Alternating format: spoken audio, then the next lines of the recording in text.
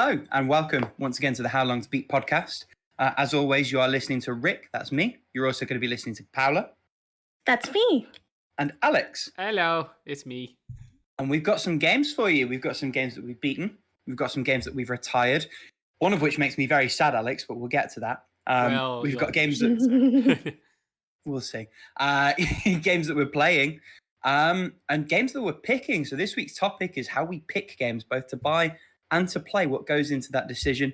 And then we'll finish up with a game that's going to be picked by the randomizer for this week's installment of How long to beat the game. And I'm gonna take us straight in because I really want to gush about my completion. It's basically the only thing I've played this week until Friday when I beat it, and that is Paranormasight.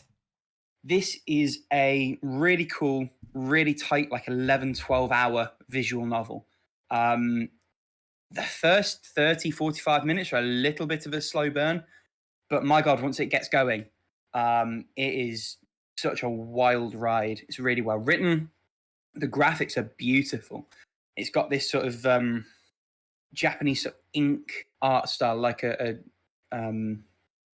can't think of the word to describe it, but you'll see from screenshots. It's really good looking. And the setup reminds me a little bit of. Do you guys remember Zero Time Dilemma in the way that it had like a timeline chart with different characters on it? Without giving too much away, a lot of how you progress through the story is a similar kind of navigation. The story here is infinitely better than Zero Time Dilemma. The game with the best puzzles and the worst story of the Zero Escape trilogy.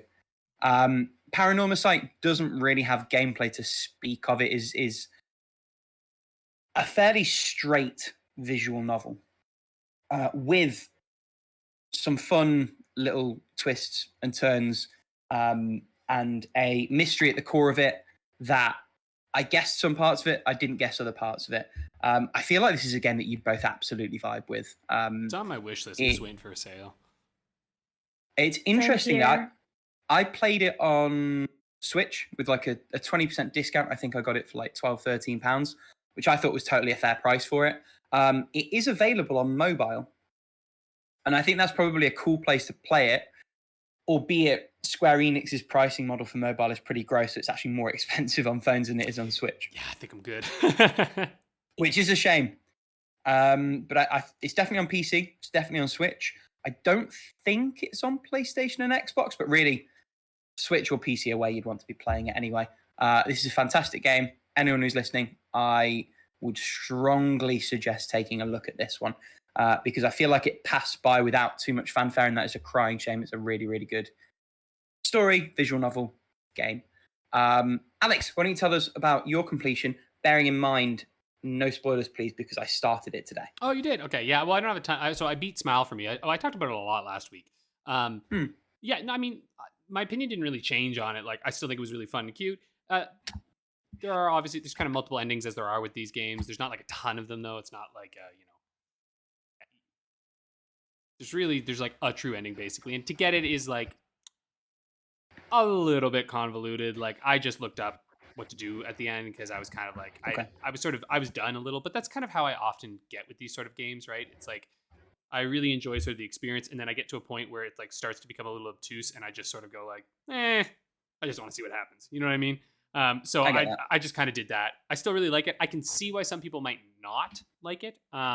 But I thought it was fun, silly, goofy, and doesn't overstay its welcome. So I'm like, can't really complain. You know what I mean? Like, I would suppose if you had paid like full price for this, maybe you would be a little upset with it, or like you would feel maybe a little bit cheated by it, I guess. I don't know. I don't know what people think when they buy games. But I really liked it, honestly. Like, that's kind of all there was to it for me. It was a fun game. Yeah, so I won't say anything else actually, because maybe I'll just save this for next week whenever you've beaten. Because you could probably just beat it for next week. I'll be shocked if I haven't beaten it for next week. To be fair. Yeah, I'd be shocked too. So why don't I just roll right along into my retireds then? Because Go on, then. Break my heart. Don't bury the lead. Well, it's not really. So this is a little weird.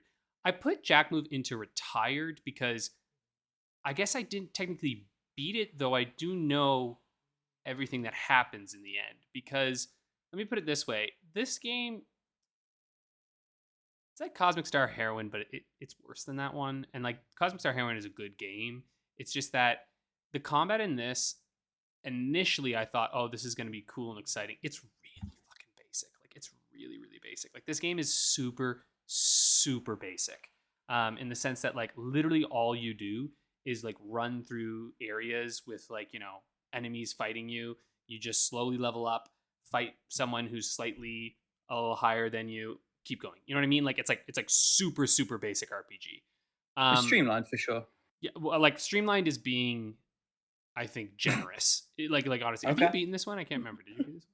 I did. I played it like the month it came out. I got it on launch, and I think it's probably about level with. And to be fair, you didn't like Cosmic Star Heroine, so I was a little bit hesitant. I did like Cosmic Star Heroine, honestly, but like I just didn't want to finish it. You know what I mean? Potato. Yeah, I will say Cosmic Star Heroine's combat system I think was more interesting. I think that was like a fascinating. I'd agree with that. Yeah, right. Again, there's nothing wrong with it being super streamlined. It's just that what I found is like I basically just stopped at that at the final boss crawl, because the fight wasn't like hard per se. It was just like kind of tedious, and like I didn't feel like I was being challenged. I felt like I was just like, oh, I either have to just go run around and level up a few more so I can take less damage, or I just have to get lucky in terms of how these things go, because I knew what to do. And I was just like, but I kept going because I was like a little underleveled, I think. And I'm like, I don't want this. This is boring. Like I was just, honestly, I was like, this is just fucking boring. And like, it's such a long fight. And like, anyway, I don't want, there are some things you got to destroy, whatever, la, la, la. And so like, I was doing that and I'm like, I'm just like constantly just using like these debuffs on it and doing it, and it's like it just didn't feel fun. Do you know what I mean? Like it didn't feel like it was particularly challenging. It's just like I kept going into this rhythm, and then oftentimes the reason I would lose is I would just get like I was just so bored that I'd like stop paying attention for one turn and realize that like, oh shit, the debuff wore off. Oops, I should go through it, because it was taking so fucking long. Like it was just so long and tedious, and I was like, this is boring. I'm just gonna watch how this ends, because like ultimately I didn't feel like, do you know what I mean? Like sometimes you get, and like this is not a unique problem to Jack Move. This is like a JRPG thing that happens sometimes, where like you get a boss that just like is so intense that you either feel the drive to be like, I'm gonna get it, right? Or you just kind of go, eh. And what I found in this one is that the boss was like very transparent. Like they weren't doing that many moves. You know what I mean? So like it didn't really feel like I was like just surviving. It was like, no, you're gonna do this. Also, one of the moves takes so long to go over the freaking screen. It was just like watching these battle animations over and over again. I was like, fucking kill me. And then I knew that there's a gauntlet after that. Oh, fuck off. They're wonderful animations. The pixel art's fantastic. Yeah, it's fantastic. But after you've seen the same animation in a fight 20 times, you're like, can we move on? You know what I mean?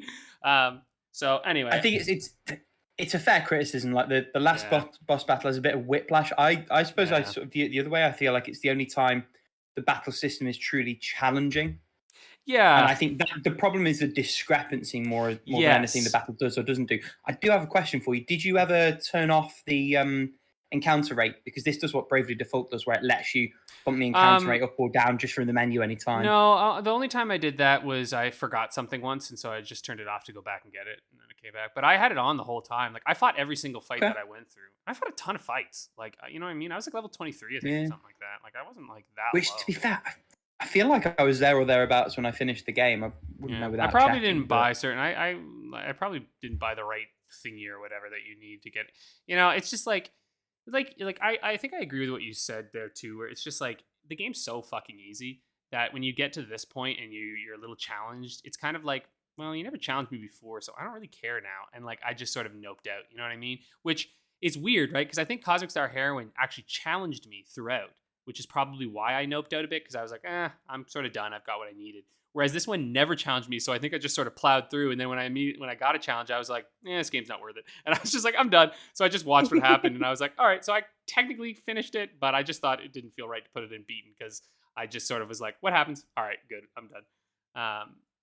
So developers can't win. If they challenge you, great. If they don't challenge you, great. Well, the thing is that they have to challenge me in a way that is satisfying. Because I'm actually going to talk about a game that does challenge me and is very, very rewarding. It's just that the challenges that these games offered weren't rewarding. They just felt arbitrary. You know? Anyway, that was Jack Move. Assassin's Creed Origins. This is a very soft retire. I literally only retired this because another game that I didn't think I was going to be playing anytime soon was like on a big sale for me at a local game store. So I was like, okay, I'm just going to park this one for a little bit and I'll be right back. So I put it now on. I thought of just leaving it in my playing, honestly, but I was like, I should probably just put it on the soft retire to have some variety. So yeah, Assassin's Creed Origins is it's just sitting there in a nice little, like, I'll be back for you, good sir. While I play a different game that I'll talk about in a bit. But Rick, I'm a little sad. You're just telling this game, I'll be back later, and then you go buy a pack of cigarettes. That was going through my head. No, I'll be back. Trust me. Yeah. It's still in my quick resume. For now. Yeah, no, I fully intend to keep playing it because I really like it. It's very fun. Rick, I'm sort of sad that the one you retired, though I'm not also that surprised, but well, it's very much in the vein of what you've just said about Origins, to be fair. So I have soft retired Melatonin for Switch. Interestingly, that'll take us beautifully through to your playings, Alex. It's exactly what I thought it would be, for better and for worse. It is a like weird mashup of like chill step music, rhythm paradise, and lo-fi girl. Like it's that sort of purpley, bluey pastel sort of aesthetic, and it's wonderfully animated. Cannot fault that in the slightest so far. I've played through the first world. So 4 levels, and then the sort of remix everything else at the end level. And I just wasn't feeling it. And it's not necessarily the game. It's just like, I'm mindful that having plowed sort of 10, 15 hours into Paranormasight and neglected the big beefy games that I've got going on at the moment, what I need is not a game that's going to demand perfection from me, which rhythm games inevitably do because you want to get it perfect. And for a fact, I've played the first level. I mean, the rest of the ones in the world were fine, but the first level where it's like the food flying at you, you've got to like time the button to eat the food. I played that level like 30 times to perfect it. I kept getting like one later, one early, and just like getting really angry. But one thing that I really fucking love that this game does, there's a setting that you can switch on where if you get a non-perfect, it will automatically restart the level for you. That's kind of neat. That would drive me crazy, you're chasing, but if you're chasing a perfect run, it's cool to be able to switch it on and switch it off. I like that as a quality of life thing. But yeah, the game's fantastic. I just needed something a little bit more light and junk foody for the handheld gaming to go alongside the 2 big beefy boys that I'm playing. So that's the reason that I've parked it. I'll come back to and finish it. It's short. I do really like it. It's just a not for right now situation.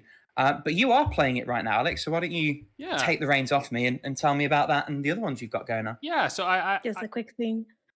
I just imagine Assassin's Creed Origins and Melatonin like sitting side by side and, hey, where did your player go? Oh no, he just said he will come back someday. Oh, like Toy Story with the kids in the Oh no! I'll be back. I always come back for my Assassin's Creed. They'll come back for me. That's good. But I've been playing Melatonin. I just picked it up again randomly because I was so tired of I got tired of Jack Move that I was like, oh yeah, Melatonin. I had it on my my Steam Deck and I was just on the bus and I was like, why haven't I been playing this? Because I enjoyed it a lot and it's great. It's funny, Rick. I have a very different approach with rhythm games, unless they're like the guitar-based ones are the ones where I always try to really perfect them. But I have such a tenuous relationship with rhythm that like I can do like I think honestly I think it's the years of piano that I did with like that fucking metronome. Like I am notoriously on beat. Like that is the thing. Like I can do on beat stuff. Anything that starts to go off beat or like get on the every other beat destroys me entirely. Just ruins me so bad. It's horrible. So that laser shooting minigame will have had you because there's a few offbeats. That one did. Now I was a little okay with that one just because it paired it up with the visual stimulus. That was like quite like an effective visual stimulus. That one got, but yes, that one does get me a little. You know, actually, no, the one that gets me worse, it's the cashier one. Though I got pretty good at that near the end. Oh, I love that one. That's my favorite of the ones I've played. It's a very good one. It's very fun. I'm in the third world now, I think. Okay. That sounds funny out of context. But let's. Yikes. Yeah, but anyway, it's you're totally right though. It's beautifully animated. It's just gorgeous. It's just so chill. I was able to pick it back up super easily too. Like I thought, oh, I'd forget the way that works, but like they teach you it so well, and there's such like memorable little passages that like I had no problem just like hopping back in and going through them. Yeah, the one now there's like a workout. It gets harder. There are more buttons that get involved. And the new worlds. Yeah, so in the world I'm in right now, I'm doing some weightlifting. And so you have to memorize like the different sides that he's lifting. Oh shit, dude. I was like, oh fuck. Really got to me. So I think this game really ups the complexity.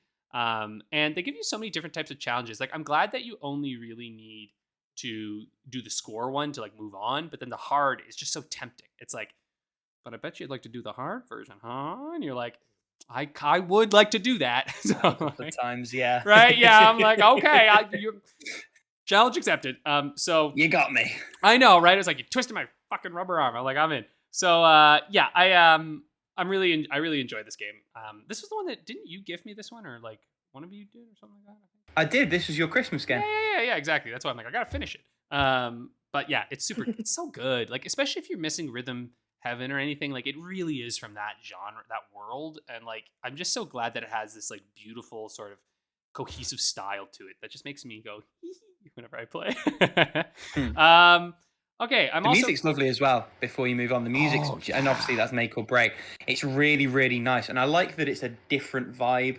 Yeah. To your Rhythm Paradises, which are normally more peppy, more upbeat. This is just like Rhythm Paradise more laid back and like like in your face, like weird Japanese noises, and then this one's just more like, hey, bro, you're sleeping.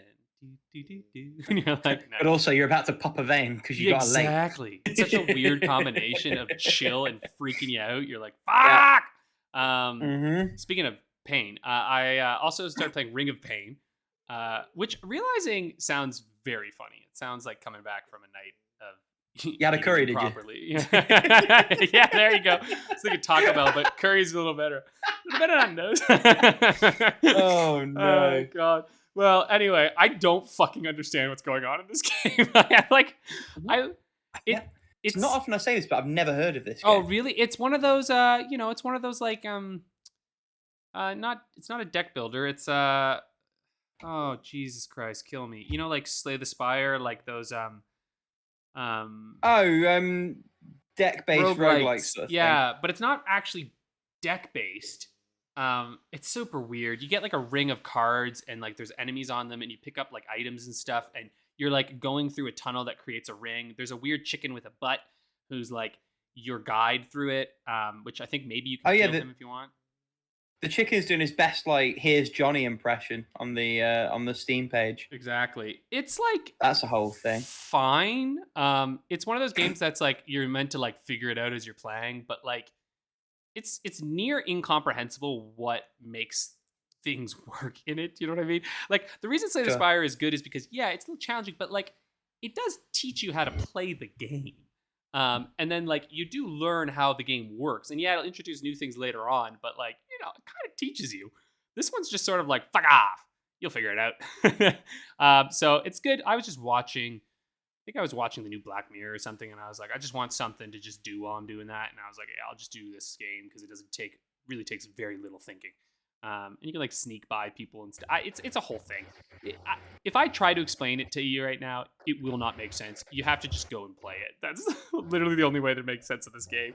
But it's a roguelite. You know exactly what you're going to get into. Like picture what you think it is. That's what it is. Like just honest to God. Do you know what I mean? Right? Like you're going to die a whole bunch and you're going to go back and you're not going to know why you died. And each time you're going to get a little bit further and you're not really sure why you're getting further. But you're getting further. And then sometimes you die really early and you're like, oh, okay. Which honestly, sometimes that's all I want. You know? That's it. I'm gonna save the last one, but I'm playing this one called Growing Up.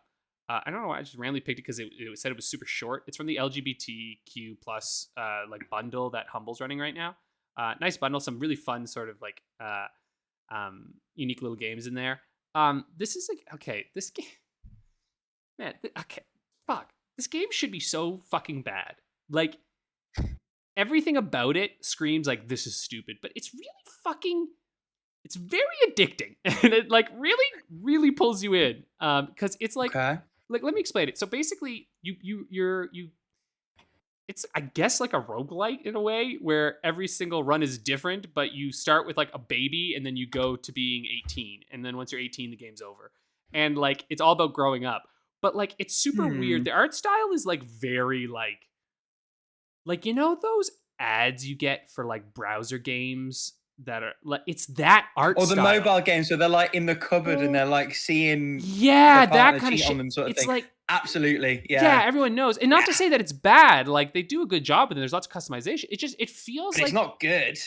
Right, it's fine. Like it tops out at fine. It's off, and everyone serviceable. stands with their hands like out like this, and you're like, why are you standing like that? It's really weird. And like the writing is like actually okay, but then occasionally really doesn't see, like it feels a little bit like I'm playing a game that is a scam, but it's not a scam because there's no DLC and there's none of this. You just buy it, but it feels like it should have been a scam, but it's not one. And so you're like, it's very confusing to play because you're like, this feels like it should be predatory, but it's like I'm playing one of those games that would be predatory, except it's not predatory. So it's just all the fun stuff of it without bleeding money from me. So I'm like, okay. And like the way it works is like you basically have like skills that you learn. And you have like it's the whole like the cycle of it is that you have this thing called like the brain map. So you have this game where like you click little like icons that represent like intelligence, physique, like all these other attributes, and it like spreads out, and you're like trying to get as many as you can, and then upgrading your knowledge so that you can like buy new things like mathematics, ABCs, all this stuff as you're playing. And then you have like little visual novel-esque elements that go along, like you meet. The reason it's the LGBTQ plus one is that, you know, eventually when you get to high school, you can kind of romance anyone. Like you can, you know, you can be whoever you want to be. But like you're just sort of like growing up and going through, and you can kind of decide what type of person your character wants to be. And they each time they do a very good job of slowly layering things onto you. And so you do that brain map, and you're always building up to like an exam basically at the end of like elementary school, middle school, and then high school, which is like it's like a Tetris-esque game. Or like, more like Pokemon Puzzle League, or I don't even know. You click blocks and you get a whole bunch of them and you like level up. It's so weird, but it's like actually pretty fun. And you have like activities and you go all over the place, and like you make your little character. And like the whole time I'm playing, I'm like, this is stupid. I'll just go one more. This is stupid. I'll just do a little more. I'm like, what the fuck is going on with this thing? Like, it's just, it defies description in a lot of ways, and like really confuses me so much, but it's actually pretty fun, honestly. And like, you know, it's pretty shallow, I will say too, in a lot of ways. Like, you know, you're like crafting your character and stuff, but like you don't have that many like I have like 2 friends, right? Like it's like that's like the extent of the interactions you have. Yeah, but what about the game, Alex? Oh, you're really funny. I walked right into that one. Sorry, I couldn't not. No, that's fair. I would have been disappointed if you didn't. But yeah, it's fine. I'm in high school now. Like though I don't think these people know what the fuck a middle schooler looks like. Because like their idea of a middle schooler, I was like, bro, that is a fucking high schooler if I ever saw one. And then their high schoolers, I'm like, that is an adult. Like I'm like, I teach high school. That's a fucking adult that you've just created here, okay? Although to be fair, I guess when you're in like grade 12, people start to look more adult, but they still look like children, frankly. So anyway, it's whatever, but it's like that kind of art style, you know what I mean? And then also the elementary school kids were like a little too eloquent. Also, actually, I will say one other thing.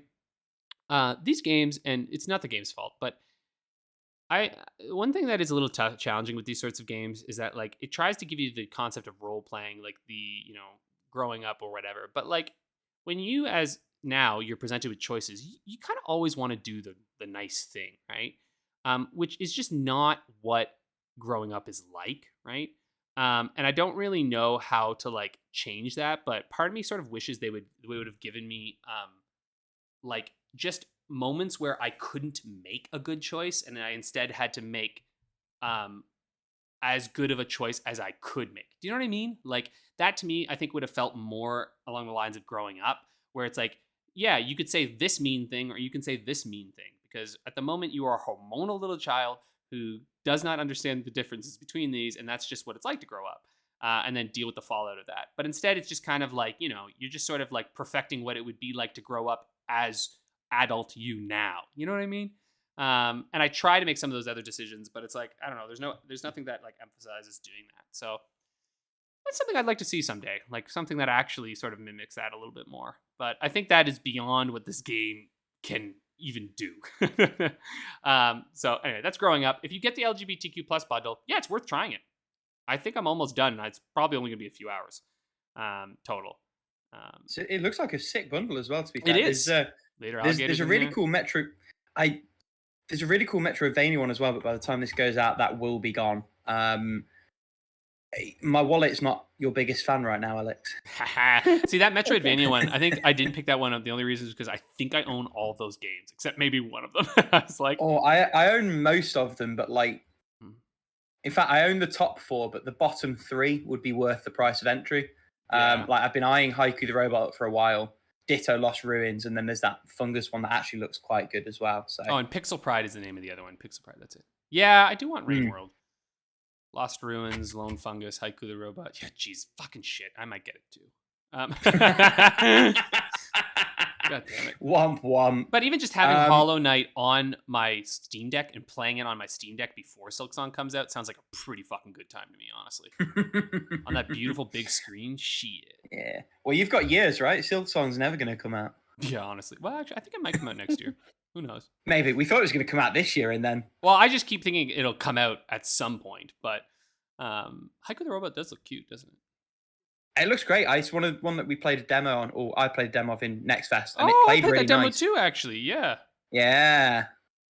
God damn it. You've got one more game on your playing. Big one. Why did you save this one till last? This is the one that I was telling you about that challenges me, but it's also because it's a big one. It's Star Wars Jedi Survivor. It's fucking incredible. It's incredible. Like that's the second one, isn't it? That's the newer one, not the original one. I had installed Fallen Order to see if I wanted to like play it again, but I was like, nah, man, I don't got time for that shit. And this game does an excellent job recapping it, and you pick up kind of years later. The opening is awesome. Oh my god. Like, holy crap, the combat is so satisfying in this. Like, I forgot how satisfying it is. And like pulling a stormtrooper at you and slicing their arms off, you're like, yeah, this is pretty sick.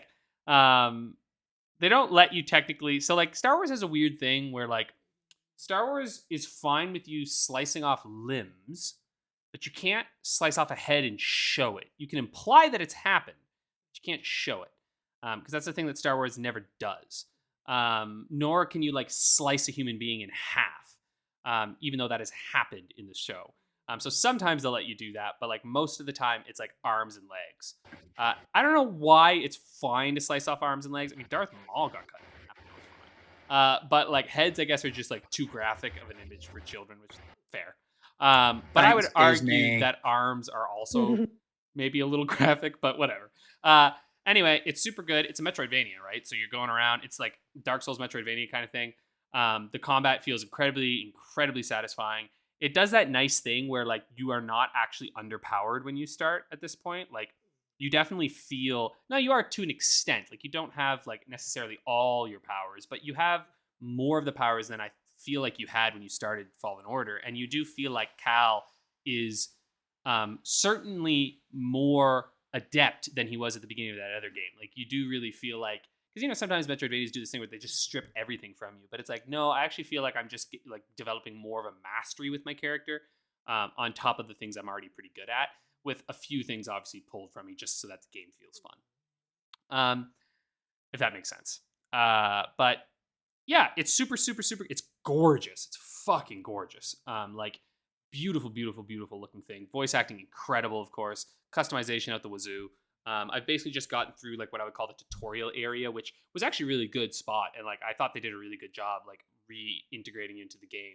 And I just gotta say, there's still nothing as satisfying as deflecting a blaster bolt right back into a stormtrooper's face. It just feels really fucking good, blasting them like that, and then pulling like a droid towards you and slicing the droid in half. It's like, Very good. So yeah, super fun, super challenging. Like I haven't like died quite yet. I think maybe once I did, and I was like, "Oops, well that was stupid. I should have really done a little stronger on that." But I came close with one of the bosses, and I was like, "I gotta fucking pay attention in this." And so it's really like kicking me back into like remembering how to play it. So anyway, that's me. I don't know who wants to go next. Paula, should you go next, or did you want to? Paula, absolutely. Yeah. Yeah, we've not heard anything from you yet. Yeah, so, okay, I'm still playing Tears of the Kingdom, though I haven't done a lot this week, mainly because I've been like on the lower energy scale. So I just been chilling playing 2 other games, one of which is Pokemon Emerald on the Game Boy Advance. And here I made quite a bit of progress, though I'm kind of stumped at the moment because I don't know why, but I feel like I should have grabbed the HM for Surf at this point, and I haven't. So I got a blue, and I named him Cotton because he's kind of like cottony. I love it. And after clearing some things with Team Magma, I just my starter Mango evolved into Swampert, so my team is very powerful right now. I went to Lava Ridge and defeated the gym leader over there, that is Flannery, and got the hit patch. I also got the goggles, and I've forgotten that there's actually like not only like the HM being like a way for you to block progress, a way for the game to block you from making progress, but you also have items that block you from going from certain areas at a given point in time. So, for example, the goggles are needed for you to go into the desert. And there's 2 bicycles in this game, the Acrobat and the MacBike. Acrobike and the MacBike. One of them is for acrobatics and like jumping around in your bicycle and clearing obstacles. And the other one is just to go fast and go up certain kind of slopes. So, and at this point in time, I only have one of the bikes. I can change. I can go and swap it, but I only have one of the bikes available, which is kind of a pain in the ass. But anyway, so I went to the desert and caught a trapinch, which I call Lemonade. I don't know, I was sleepy and maybe a little bit thirsty, so I call him Lemonade. And finally, I went, after trying to find my way, because I stopped playing like at the desert for a couple of days, and then I went back. And I was like, hey, what was I supposed to do in this game after this point? And I went back to Mobile, and I realized I needed the HM for Surf to go to the next city, and I have no idea where the fuck that is. So this is going to be interesting. So will Paula get to the next location in this game? I don't know, but I hope so. Stay tuned until the next episode. The other game that I've been playing a lot of, and I actually cleared a route, is Lover Pretend. So, first of all, even though the game has 4 characters in the art books, was it 4 characters or was that the special edition thing? Anyway, 4 characters were presented in the initial trailer for the game and are seen on the opening of the game. There's a 5th secret character, which I didn't know of until I finished this route, and I was like, hey, I want to get like the CGs and the endings that I didn't get for this specific character. So I went to Otome Kitten's website, and Chloe has like a lot of Otome walkthroughs, which has saved me a lot of time trying to get like all the CGs and all the endings and all the stuff. And I am the first walkthrough because the way her blog is organized, the latest walkthroughs she updated is the first the last walkthrough she updated is the first walkthrough that you see in the page. And that was the secret character. And it was like, huh. I'm not even mad. That's amazing. That was actually a character I was rooting for to have like a secret route or something like that. Because we were kind of teased by Axis or like by some other player that said, hey, there's these character cards that always come with the games. Okay, don't open them because there's a spoiler on them. So I'm kind of happy that the one character that I really wished has a route. But anyway, now into the actual story of the game, the actual game. So up until episode 3, you're meeting the cast of the main cast of the game. You're getting to this big project that it seems to be somehow linked to the main protagonist, the main character's past, in the sense of that a lot of people either working on it or auditioning for it have some ties to someone who might be her father. So, of course, coincidence. Like, there's nothing weird going on here. But anyway, there's like the whole process of getting to know the characters, the auditions, and then after all the decisions you make, you get to a route.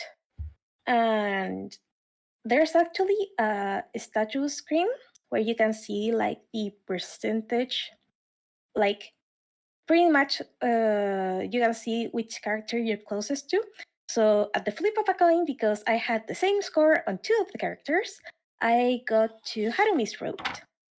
Harumi was the director's son, which, by the way, the director is not the father.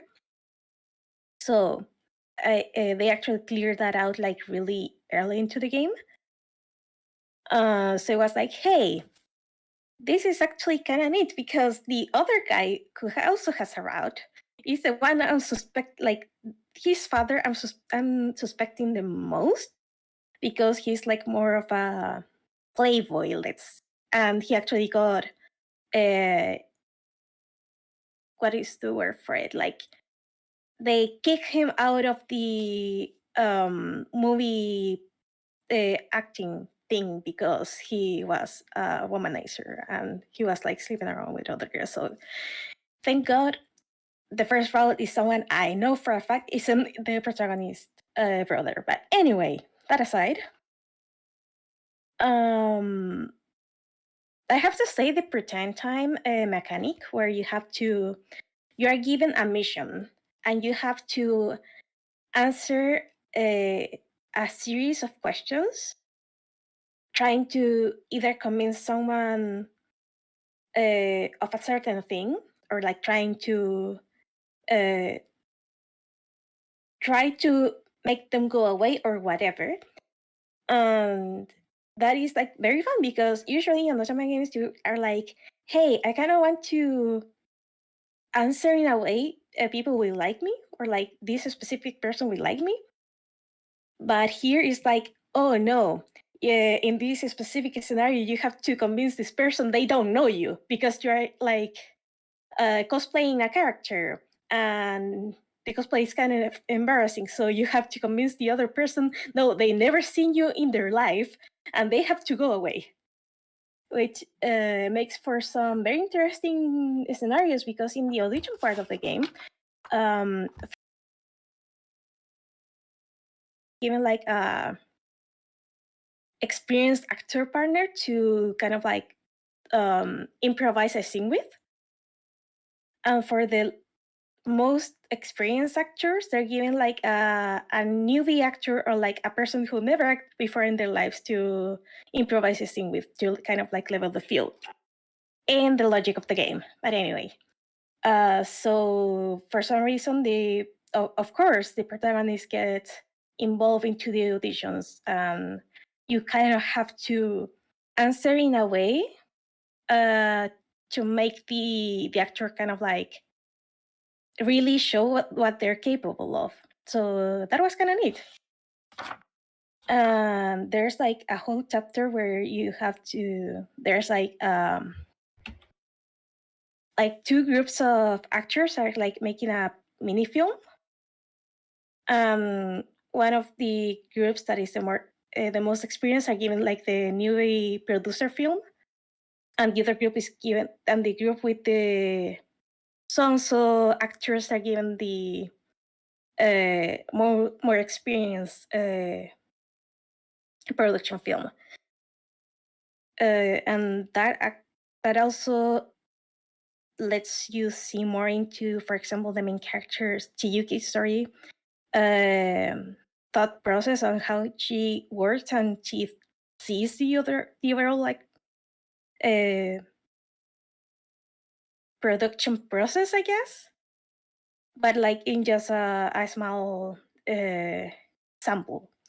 Anyway, once you get into Harumi's route, the movie production thing gets kind of like sidetracked a little bit. Like you're still doing things to help making this film, like visiting different spots and trying to get like what's the name of it, like photo reference of how the place is, what good filming spots maybe in a specific place to make the movie and all that stuff. But I feel the overall route is more catered to showing how these characters work together. And by the way, the relationship like dynamic is like from pretend to be lovers to a little drama in between to break up to actually be lovers. So that is actually like one of the kind of dynamics that I don't see often in otome, because they can be done really well or really badly. And in this case, I feel they pull it off not excellent, but good enough. Yeah, there's a lot of otaku things in this route in particular, because one of the guy in particular, Harumi, is an otaku, a closet otaku in particular. But anyway, that's way too much detail and probably more than you were asking for. I got, without a guide, the happy ending. And then I noticed there's 6 endings per character. 4 bad endings, a good ending, and the happy ending. So I have my work cut out for me. So yeah, that's what I've been playing. Rick, take it away. Absolutely. So before I get into the games proper, another little update on Marvel Snap. They introduced a mode called Conquest. It's like a gauntlet of multiple battles in a row, and that's taken a little bit more of my time up than I care to admit. The game continues to be very good, continues to be relatively hands-off in terms of like trying to feel out where my wallet is located on my body. And the core loop of like 2 or 3 minute long battles is still really, really good. I understand that this is being advertised all over the YouTubes. Not that I ever saw them, but it's got the Rick seal of approval if you do want to give it a try. In terms of games proper, I've played a little bit more of Final Fantasy VII Remake. I think I'm just about past the halfway point now. I've just concluded the Honeybee Inn section. Still great.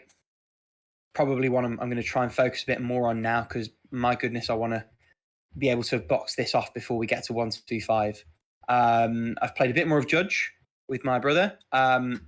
There is definitely a drop off in terms of content. This game has now introduced a third hardest sort of difficulty level for each mission, with different objectives to normal and hard. We've played it sort of as far as we can go down, and then started again on the harder difficulties and so on and so forth. So it's not been as frustrating as it might possibly have been, but there is absolutely a content deficiency in this game. There is not a cuteness deficiency right now, though.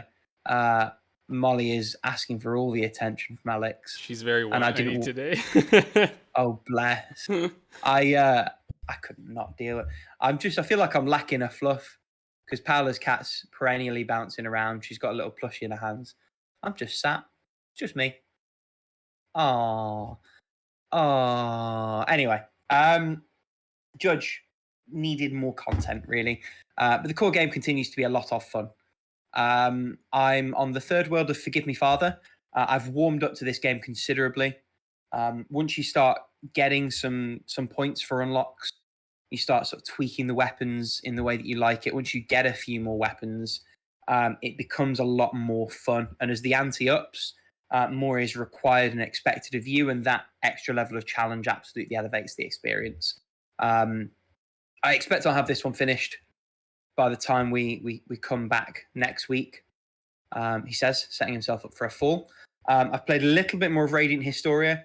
This is a game I am savouring. I'm sort of chipping away at it bit by bit and absolutely enjoying every minute, but I'm in no rush with this one at all. Ditto Klonoa, Moonlight Museum. It's a game I'm playing a level of at a time in between sort of admin at home, in between other things on a commute. It's a really nice sort of play for 5 minutes, come away kind of game. And I continue to have a lot of fun with that. 2 new games that I've not spoken about previously. The first of these is Smile for Me. I think I've got 8 minutes of progress on Steam. So as you can imagine, I'm not very far in at all. The art style is interesting. The gameplay feels pretty thin. Like, it's a vehicle for the story it's trying to tell.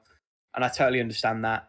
I also, just immediately from the opening cinematic, get the Don't Hug Me, I'm Scared vibes. It is one creepy ass puppet that they've got.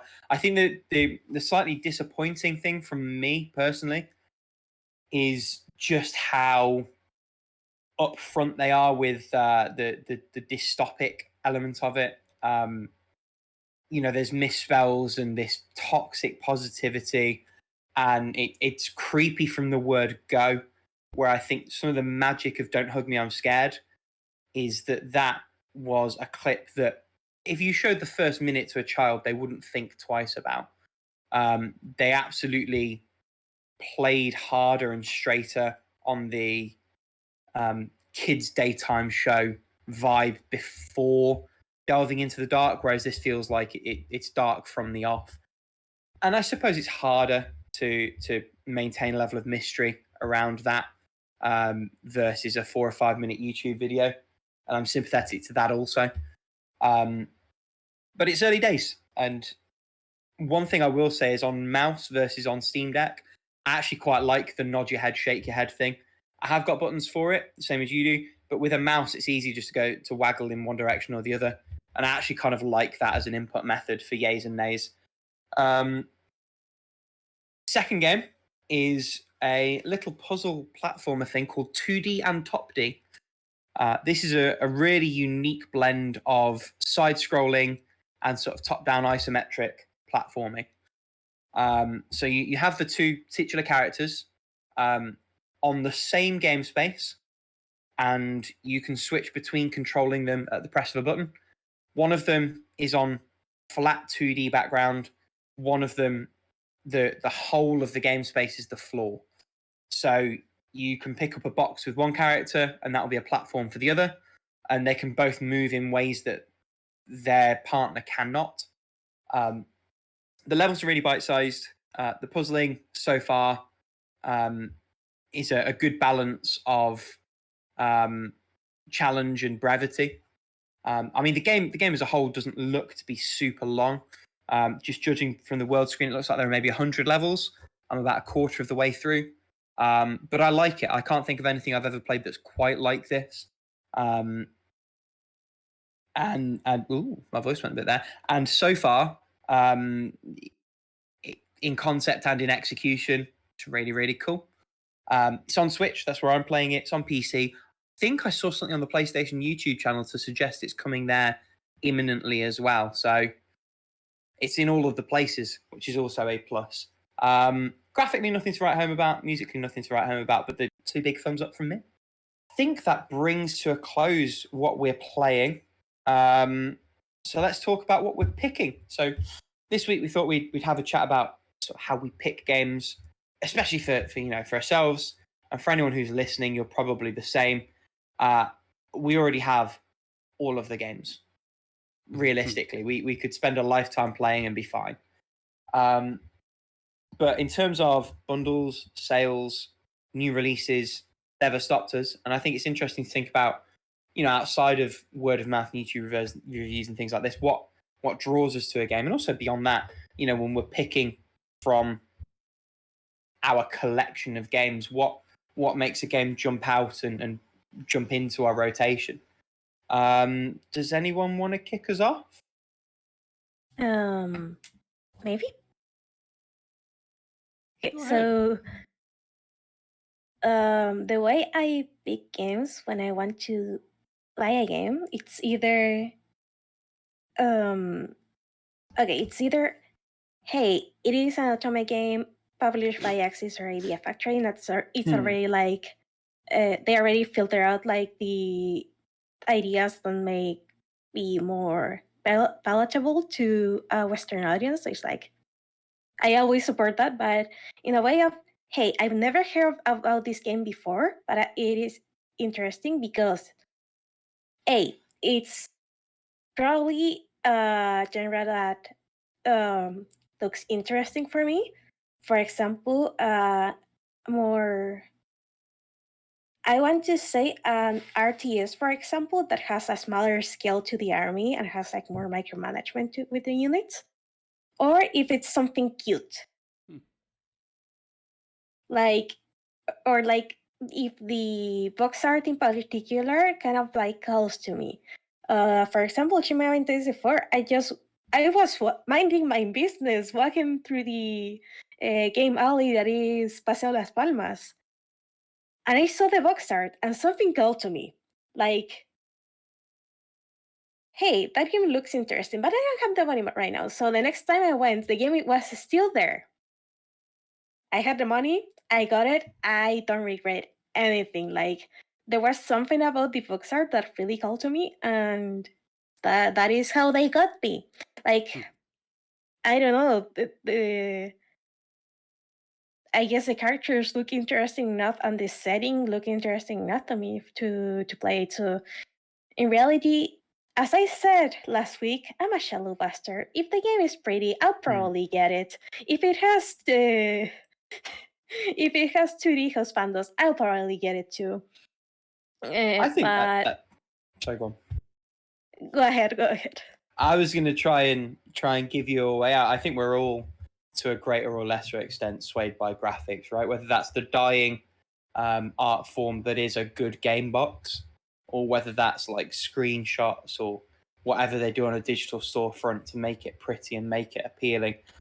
We're all drawn by that. It's why developers spend so much, particularly at the top end, but throughout, on the prettiest and the nicest and the sharpest and the most pixelsist graphics. That goes for all of us. Yeah, I mean, frankly, like, I'd be naive to think that the look of a game is not what gets me into it. You know what I mean? Like, especially on PC. Now, I mean, there's other things that I do too. Like honestly, when it comes to me, like, I think I used to have a system. I did used to have a system, and I was a lot more systemic and systematic. Systematic is what I mean, not systemic. I was a lot more systematic about what I picked. I think about even when like the pandemic and stuff hit, it was like, well, I'm going to go through these Game Boy games, and I'm going to pick the ones that I enjoy, and I'm going to go through that, and etc. And like, I would just play those, and like, I had sort of my rotation. These days, I just like, I don't give a fuck if there's a game I haven't played in years. I'm just like, I'm just playing what I want to do right now. And a lot of that is literally just like, I open up my thing and I go, that one, and I just play it. You know what I mean? Like, I've kind of, I think, and maybe the podcast has helped this too, but I'm a lot less precious about the games. Like, example, even just talking with Jack Mood before I would have been like, I'm going to grind it out, but now I'm like, nah, I'm good. Melatonin time. You know what I mean? Like, it's just like, that's the vibe I'm feeling right now. And so I feel like lately, at least for me personally, I've kind of been more like, this sounds sort of stupid, but like vibes based in a sense, where it's like, how am I feeling right now? And I have so many games at this point, right? Where like, I think there was a time where I was more discerning about what I bought. Nowadays, I don't really buy as much unless it's Humble basically owns my soul. You know what I mean? Like, they're the thing that I tend to buy most often. Like, I bought Star Wars Jedi Survivor. I think I buy maybe 3 games, like new games in a year, I think, because like when I think about last year, I think that's kind of all I bought in terms of like games that actually came out at the time when I bought them. I don't really tend to buy a lot of brand new games, but every once in a while I like to buy one or two, you know. And this year though, I think thanks to that voucher system, I bought more just because of the Switch and whatnot. eShop stuff. And also realistically, when it comes to the eShop, it's like some of those games don't go on sale very often. So like, might as well just get it. You know what I mean? So yeah, that tends to be where I go. Like, I'm very not like, I don't think I have much of it. And also, I'm sure I am deeply impacted by marketing. Like, I have no doubt that games just earworm their way into my brain because I'm so plugged into, you know, what's coming out. And Fantasy Critic doesn't help. Because I'm so plugged into like what's coming out, right? Because I'm like, I need to actually know what's actually coming out right now. And so that kind of monopolizes me a little bit here.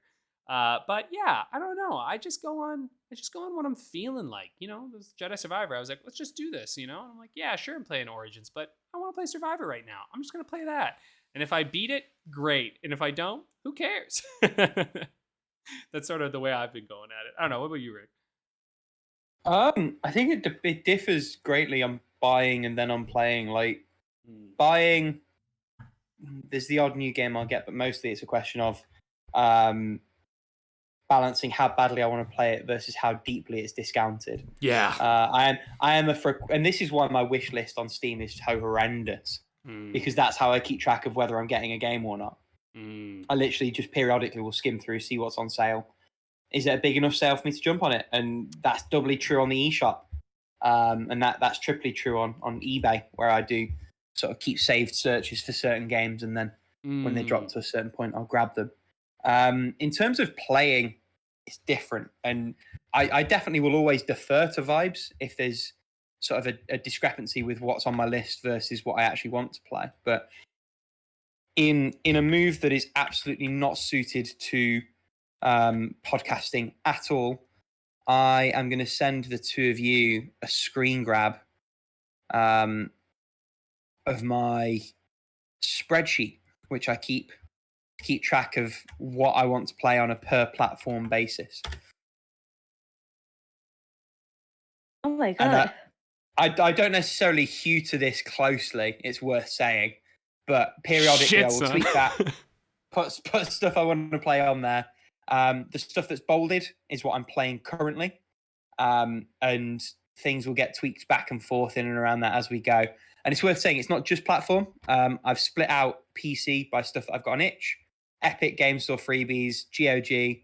I've also got a list of specific games that I want to play multiplayer with my girlfriend, and then a couple of series that I'm plugging through. So the Mana series I'm about halfway through, Metal Slug I'm 2/3 of the way through maybe.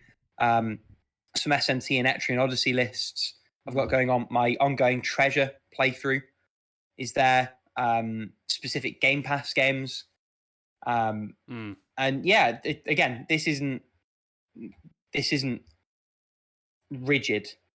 Like Eastward should have absolutely been the next game I played on Switch, but I really wanted to play Toodee and Topdee. I wasn't feeling a big 20-hour RPG to go with FF7 Remake and Radiant Historia, so I was like, let me tag a few things in ahead of this. So that's nice because it gives you some structure, but it also isn't. Excuse me.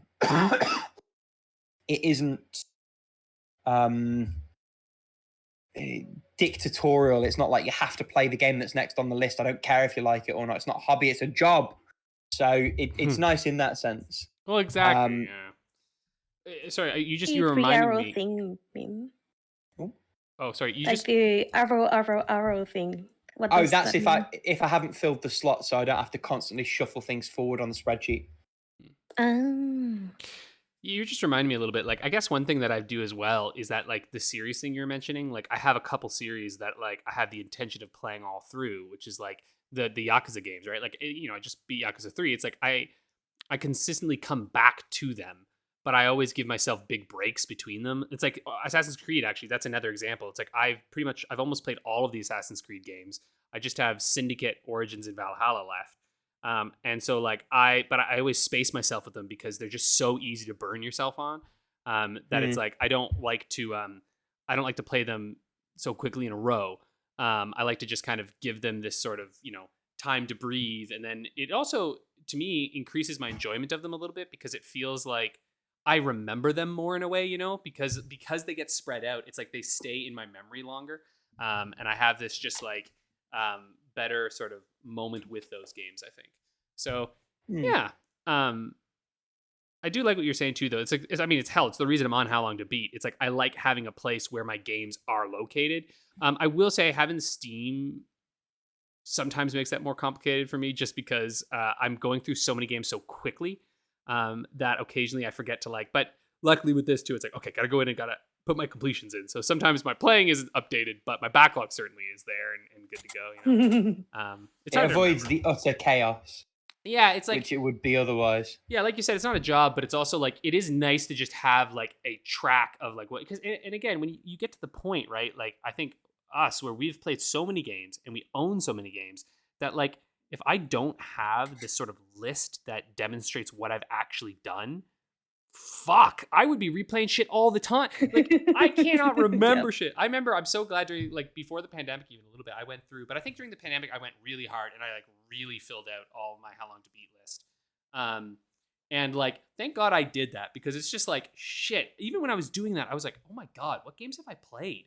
And had to go through all of my old, I even went through old memory cards and shit just to be like, oh yeah, there's I beat that one, and right? And it's like, having that collection is so important because you just forget. And sure, you could argue that and then I could just go and play them again. But the problem is that when I start doing that, then I remember. You know what I mean? And you're like, God damn it, you get halfway through and you're like, I fucking played this damn game before. And then you remember all of it. And it's like, shit. So I'm just having that sort of collection, it's nice to keep me from just a little bit of a system, right?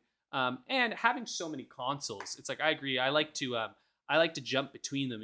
I've been doing my Steam Deck. I've been doing a lot of Steam Deck right now, which I also think is reasonable that when I get something, I do a lot of it, right?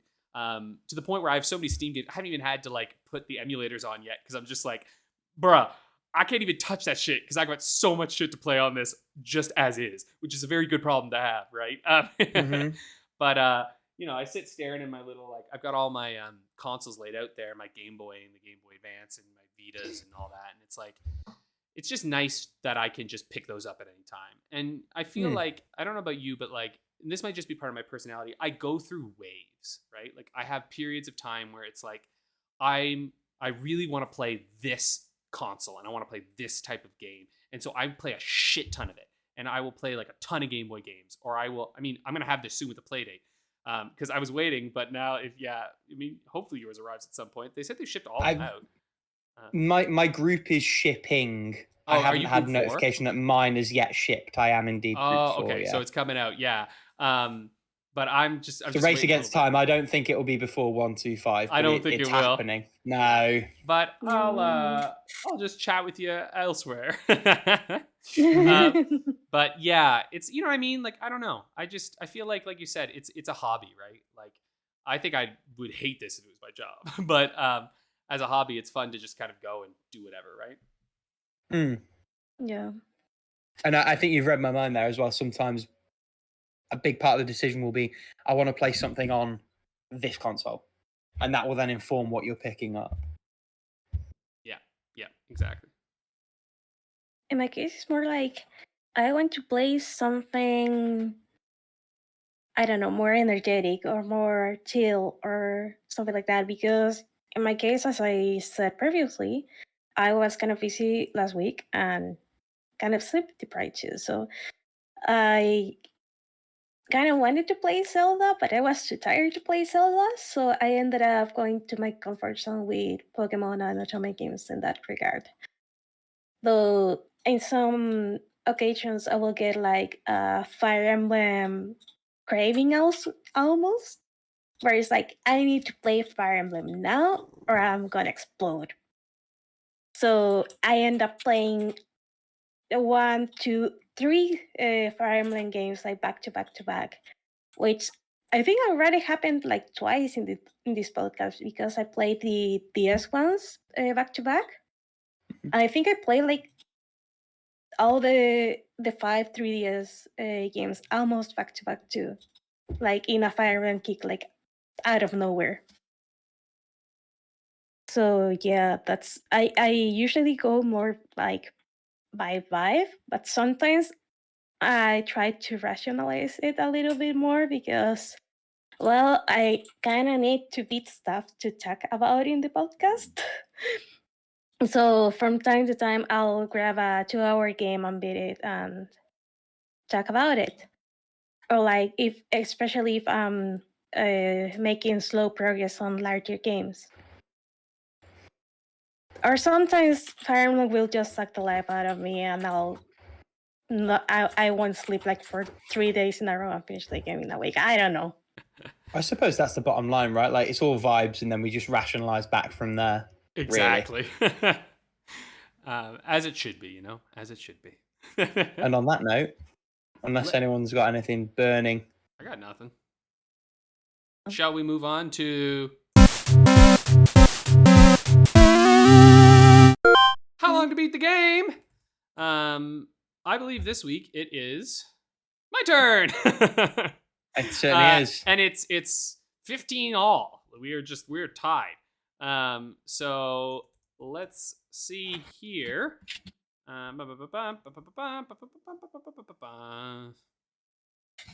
Oh, interesting. I've never heard of this game before. It is called Relicta.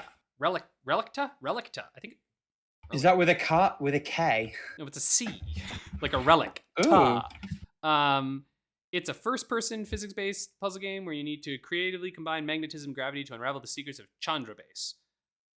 Okay, so someone played Portal and wanted a guy. Maybe, yeah. I don't know. Classic. Oh, Kerfmurph has reviewed it. Ooh.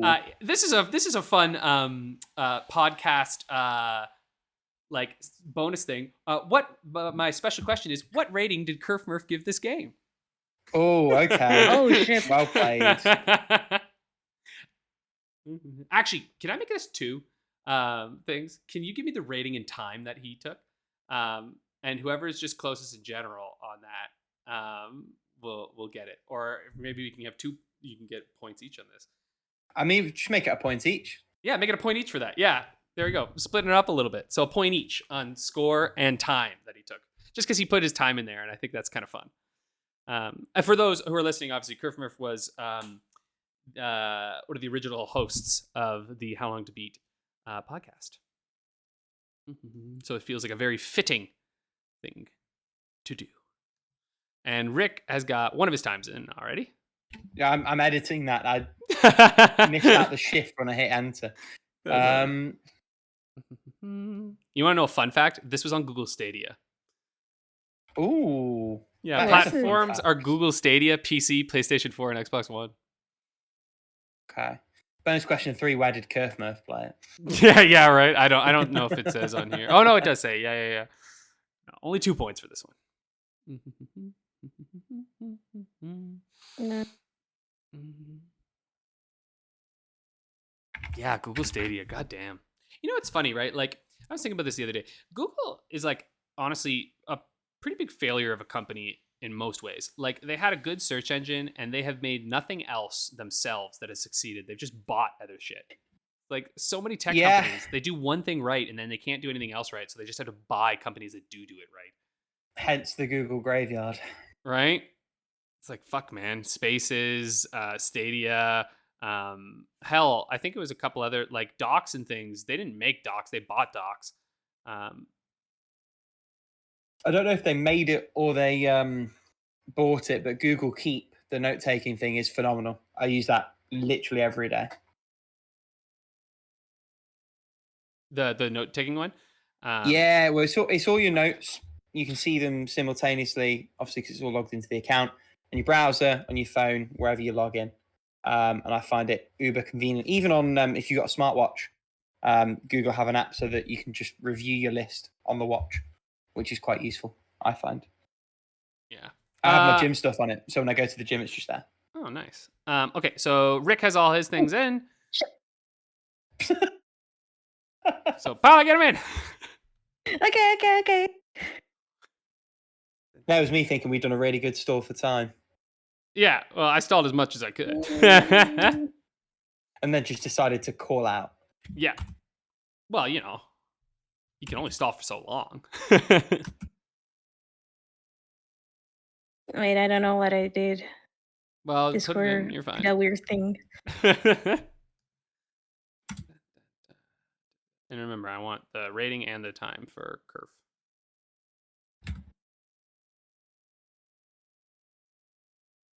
That's where we're at. Come on, let's go. Gimme. I'm impatient. Do the thing quicker. How do you spell Kerf? I forgot. Oh, you don't have to spell it. Just put the last one. It's fine. I get it. Okay. don't waste time on spelling it. Just give me the times of the thing. It's cute. Okay. It was the time and the rating, right? Yeah, just the time and the rating. Yeah, that's all. I I swear to God, if you two tie on this one. That'd be fun.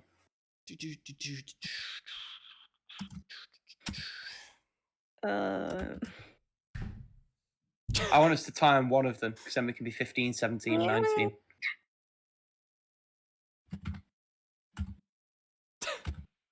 Okay. Paula. Okay, there we go. All right, so here we go. Let's see here. So Paula has said for main time 9.5 hours, and Rick has said 12 hours. The time is 14 hours, so that one's gonna go to Rick.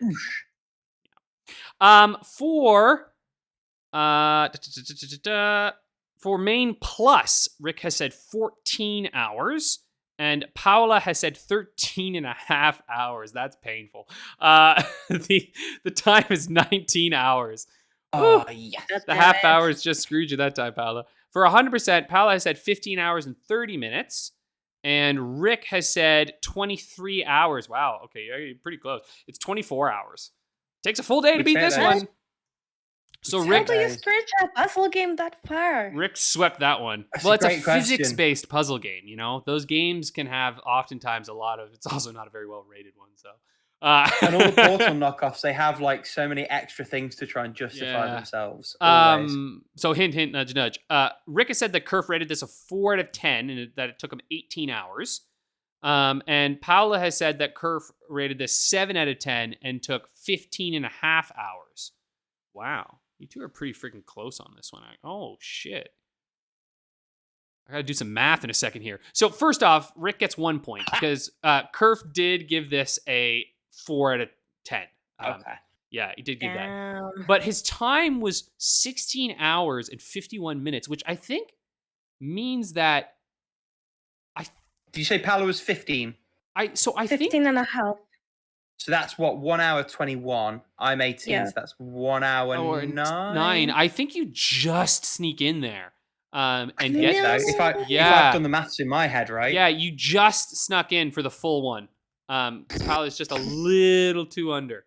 Yeah, I mean, like 12 I'm minutes also, in it for the clean sweep. Just for the fun of this, I'm just going to read what Kerf said here. So, the game wants to be the next Portal or the Talos principle, but it doesn't bring anything new or interesting to the table. Occasionally, I came up against a clever puzzle that used the basic mechanics in a nuanced way, but by and large, they all boil down to glorified block-pushing puzzles that happen to involve magnets and gravity. Because the mechanics are so unspectacular, the puzzle design devolves into complex, multi-room affairs where the challenge is more about just trying not to lose track of where you are and what all the buttons and switches do. But in the absolute worst-case scenario, the correct solution requires a very imprecise usage of the magnet mechanics. So any satisfaction you may get from solving the puzzle is depleted by the time you trial and error your way to the correct execution. If you're hoping for a good or at least entertaining story to salvage the experience, you'll be disappointed. All of the characters have the same personality, sarcastic. Yes, that includes the mind-controlling space parasite you meet halfway through the game. The mind-controlling space parasite is also the only character that experiences anything akin to character development. Several important characters also just die off screen without much ado. The reason I'm so focused on the characters as opposed to the plot is because there hardly is a plot. The entire goal of the game is just to get inside a quarantined docking bay. There are exactly 3 story beats in the beginning, middle, and end. And the rest of the time is just spent solving puzzles and listening to characters compete to see who can be the most cynical or drop the most F-bombs in a single line of dialogue. Every couple of hours, that's great, the protagonists ask why they can't simply turn off the puzzles and, without fail, The designated character on comms always gives the dumbest excuse imaginable. And personally, it killed my motivation to know that there was no good reason for it, especially when every section would just end with no meaningful progress. The most egregious case of plot stagnation is when the in-game AI basically tells the protagonist, hey, there's nothing else we could do right now, so why don't you just do some puzzles for the heck of it? Just zero respect for the player and for their own story. 2.5 months. Stop! He's already dead. Right? Fuck, that sounds like a bad game. So there you go. That was a few months ago as well. That's recent. Yeah. It's recent, right? A little curve. He's already dead. Nice. Obviously, you put the thing in.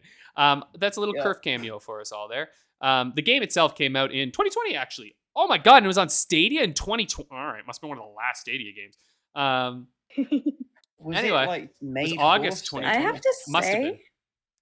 I have to say, I was thinking, hey, if this is like a 15-hour game, well, I doubt the game will be like less than a 5 or 6, because I was thinking, who in the right mind will play such a bad game? Like, people will do it though, for an extended period of time, and I just got my answer. Carefully. It's pretty fucking polarizing though. Like, if you look at the review scale on How Long to Beat, one person rated it 30, 540, 650, 260, then 670, 680, and 290. Like, it is an extremely polarizing game. I feel like it's like you're gonna be like totally on board, or you're just like, fuck this shit.